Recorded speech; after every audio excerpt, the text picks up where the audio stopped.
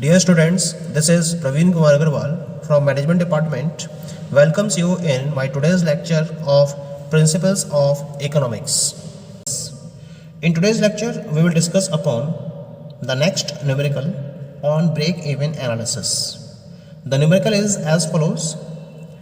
A company has a machine number 9 which can produce either product A or B.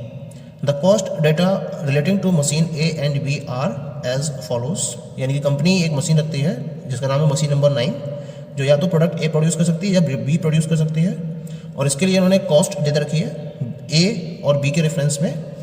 Selling price per unit दे रखा है product ए का ₹20, B का दे रखा है ₹30. ऐसे ही वेरिएबल एक्सपेंसेस पर यूनिट दे रखे हैं प्रोडक्ट ए के ₹40 और बी के दे रखे हैं ₹18. एडिशनल इन्फॉर्मेशन आपको दे रखी है इस क्वेश्चन में दैट जो मशीन नंबर 9 है उसकी कैपेसिटी है 1000 आवर्स और सेकेंड इन्फॉर्मेशन दे रखी है इसके अंदर दैट एक घंटे में जो मशीन नंबर 9 है it can produce 3 units of A and 1 unit of B. तो ये इन्फॉर्मेशन दे रखी है. पूछा क्या है आपसे which product should machine number 9 produce. तो आपको यहाँ पर बताना है ब्रेक इवन एनालिसिस की कैलकुलेशन के बेसिस पर कि मशीन नंबर 9 से हमें किस पर्टिकुलर प्रोडक्ट को प्रोड्यूस करना चाहिए, प्रोडक्ट ए को या प्रोडक्ट बी को. ठीक है, तो यहाँ इसके रेफरेंस में हम सॉल्यूशन फॉलो करते हैं. यहाँ मैं कुछ पर्टिकुलर्स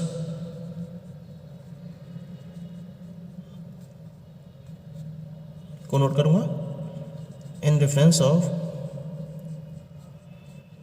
प्रोडक्ट ए और यहाँ मैंने लिखा प्रोडक्ट बी. ठीक है, पर्टिकुलर्स में पहले लेकर चलते हैं हम इसका. The very first one is the selling price per unit. इसका दे रखा है ₹20 और प्रोडक्ट वी के रेफरेंस में दे रखा है आपको ये ₹30. That is given to you. Second हम लेके चलते हैं इसके वेरिएबल कॉस्ट पर यूनिट. इसका दे रखा है ₹14 और इसका दे रखा है ₹18. ठीक है, अब हम निकालेंगे इसके हेल्प से कंट्रीब्यूशन पर यूनिट और कंट्रीब्यूशन पर यूनिट का फॉर्मूला क्या बन जाएगा sale price minus variable cost. ठीक है, यानी कि यहाँ जाएगा आपका 20 - 14 = ₹6 और यहाँ जाएगा आपका ये ₹30 - 18 यानी कि ये आएगा आपका ₹12. ठीक है, ये आपका कंट्रीब्यूशन पर यूनिट हो गया प्रोडक्ट ए का और प्रोडक्ट बी का. अब हम बात करते हैं यहाँ पर एडिशनल इन्फॉर्मेशन की. एडिशनल इन्फॉर्मेशन आपको दे रखी है कि जो मशीन नंबर 9 की कैपेसिटी है वो 1000 आवर्स है और दूसरा जो मशीन नंबर 9 है वो ए के 3 यूनिट्स और बी के 1 यूनिट को प्रोड्यूस कर सकती है. तो हम पर यूनिट के हिसाब से इसका कंट्रीब्यूशन निकाला है. अब हम पर आवर के बेसिस पर इसका कंट्रीब्यूशन निकालेंगे. ठीक है, अब हम निकालेंगे कंट्रीब्यूशन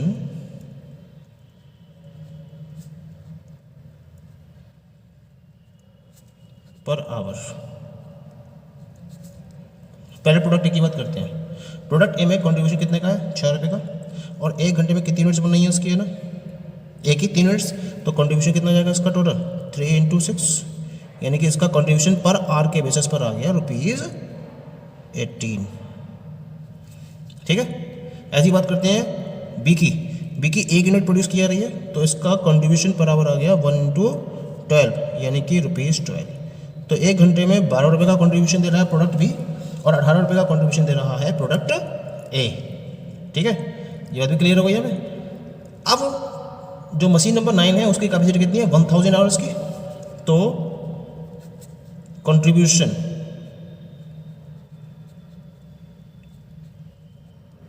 पर 1000 आवर्स कितना जाएगा इसका ना इसका जाएगा 18 × 1000 यानी कि ₹18,000 का हुआ contribution. This is in reference of product ए. ऐसे ही प्रोडक्ट बी की बात करेंगे तो 12 × 1000 ये कितना आ गया 12,000 आ गया, ठीक है। यानी कि ए का जो कंप्लीट कंट्रीब्यूशन आया वो आया 18,000 रुपये, जबकि बी का जो कंप्लीट कंट्रीब्यूशन आया वो आया 12,000 रुपये। इसमें से प्रोडक्ट ए का कंट्रीब्यूशन ज़्यादा है, तो हम यहाँ डिसीजन फॉलो करेंगे कि जो कंपनी है उसको मशीन नंबर 9 की हेल्प से प्रोडक्ट बी को प्रोड्यूस करना चाहिए, ठीक है। तो हमारा जो रिजल्ट निकल कर आया वो रिजल्ट है that product A should be produced by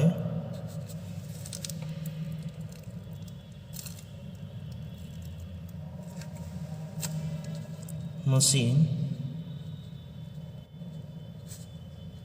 number 9.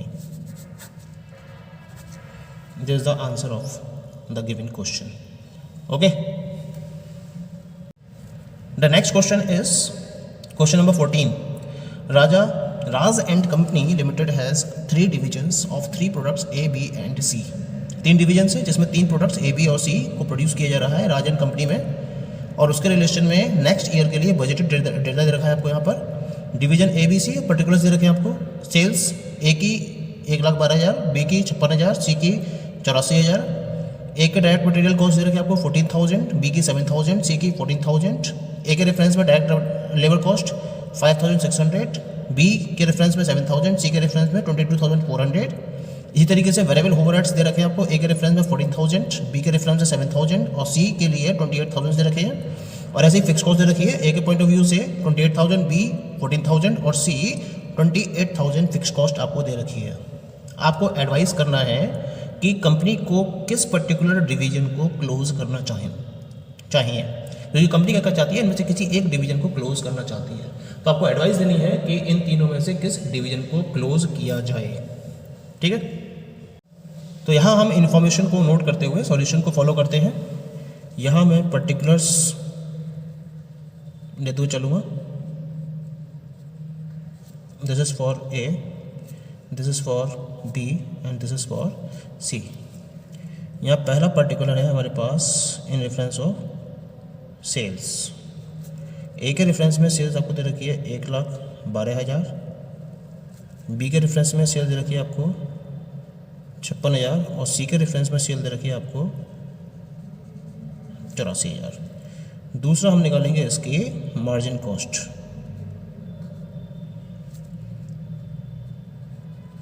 Margin cost में क्या होगा, पहले एक ही बात करते हैं। इसके डायरेक्ट मटेरियल, डायरेक्ट लेबर और वेरिएबल ओवरहेड, इन तीनों को जोड़ देंगे, ठीक है। जोड़ते हैं इसको 14,000 और 14,000 28,000, 28 और 5 33,600।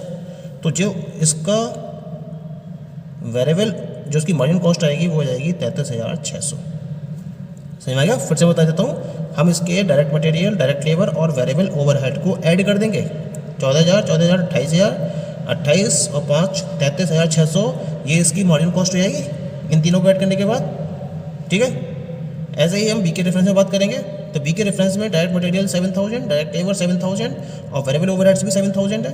तो 7 14 और 7 21,000 हो जाएगी, ठीक है। ये इसकी मार्जिन कॉस्ट हो गई। मैं इसको डायरेक्टली नोट कर रहा हूँ, समझ लीजिए इसको अच्छी तरह से कि हम ऐड कर रहे हैं यहाँ पर डायरेक्ट मटेरियल, डायरेक्ट लेबर और वेरिएबल ओवरहेड को। अब सी के रेफरेंस में बात करते हैं। 14,000 प्लस 28,000, 28 और 10 38 और 4 42, 42 और 20 62 और 2 64, 64,400, 64,400। Now come to the third point. हमने सेल्स निकाल ली, मार्जिन कॉस्ट निकाल ली। अब हम इसका निकालेंगे कंट्रीब्यूशन। और कंट्रीब्यूशन का फॉर्मूला क्या होता है, कंट्रीब्यूशन का फॉर्मूला होता है सेल्स माइनस मार्जिन कॉस्ट। यानी कि सेल्स में से मार्जिन कॉस्ट को माइनस करेंगे तो कंट्रीब्यूशन आ जाएगा निकल के। कंट्रीब्यूशन निकालते हैं, माइनस कर दीजिए 0 0 10 6 गया 4, यहाँ बचा 11 में 3 गया 8, 10 में 3 गया 7, 78,400 हो गया, ठीक है। बी के केस में देखते चलते हैं, 56 में से 21,000 को माइनस कर दिए, 56,000 में से 6 में से 1 गए 5, 5 में से होगा 3, 35,000 हो गया। ठीक है, अब इसमें से माइनस कर दिए 84,000 में से 64,400 को, 0 0 10 में 4 गए 6। ठीक है, यहाँ बचे 13 में 4 गए 9 और 7 में 6 गए 1, 19,600 हो गई है। ठीक है, तो हमें यहाँ पर ए बी और सी तीनों प्रोडक्ट के रेफरेंस में कंट्रीब्यूशन मिल जाता है, ऑप्टेन कर लिया हमने। अब हमें क्या करना है, अब हमें फोर्थ पार्ट निकालना है। The fourth one is the profit. और प्रॉफिट के लिए फॉर्मूला क्या रहता है, प्रॉफिट के लिए फॉर्मूला होता है कंट्रीब्यूशन में से हम फिक्स्ड कॉस्ट को माइनस कर देंगे।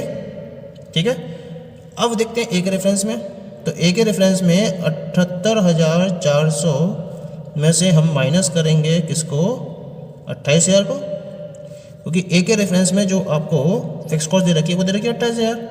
तो ए के रेफरेंस में प्रॉफिट रहेगा आपका 0 0 4 में जगह 0, 8 में 8 किया 0, 7 में जगह 5, 50,400 का प्रॉफिट आ गया। ठीक है, अब बी के रेफरेंस में बात करते हैं। बी का कंट्रीब्यूशन है 35,000 और बी के केस में फिक्स कॉस्ट दे रखी है आपको 14,000 की। ठीक है, माइनस कर दीजिए इसको इसमें से 0 0 0, 5 में से 4 किया 1, 3 में से 1 किया 2, 21,000 का प्रॉफिट आ गया बी के रेफरेंस में। अब बात करते हैं सी की, तो सी के लिए क्या करना पड़ेगा, 19,600 में से 28,000 जो इसकी फिक्स कॉस्ट है इसको माइनस करना पड़ेगा। जब इसे माइनस करोगे 0 0 10 में से गया 4, यहाँ बचा 7, 7 में हो गया 8,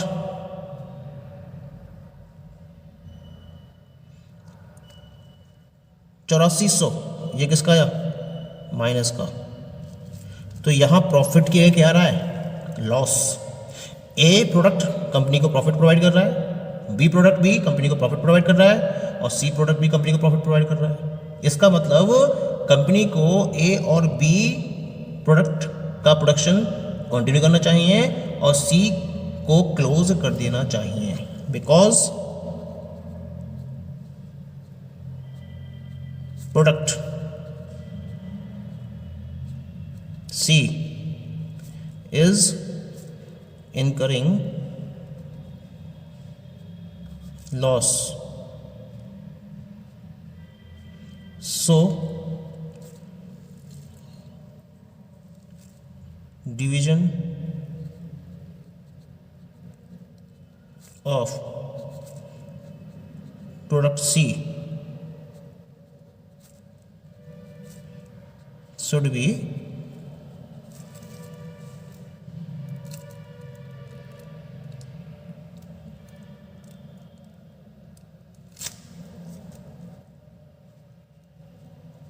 closed.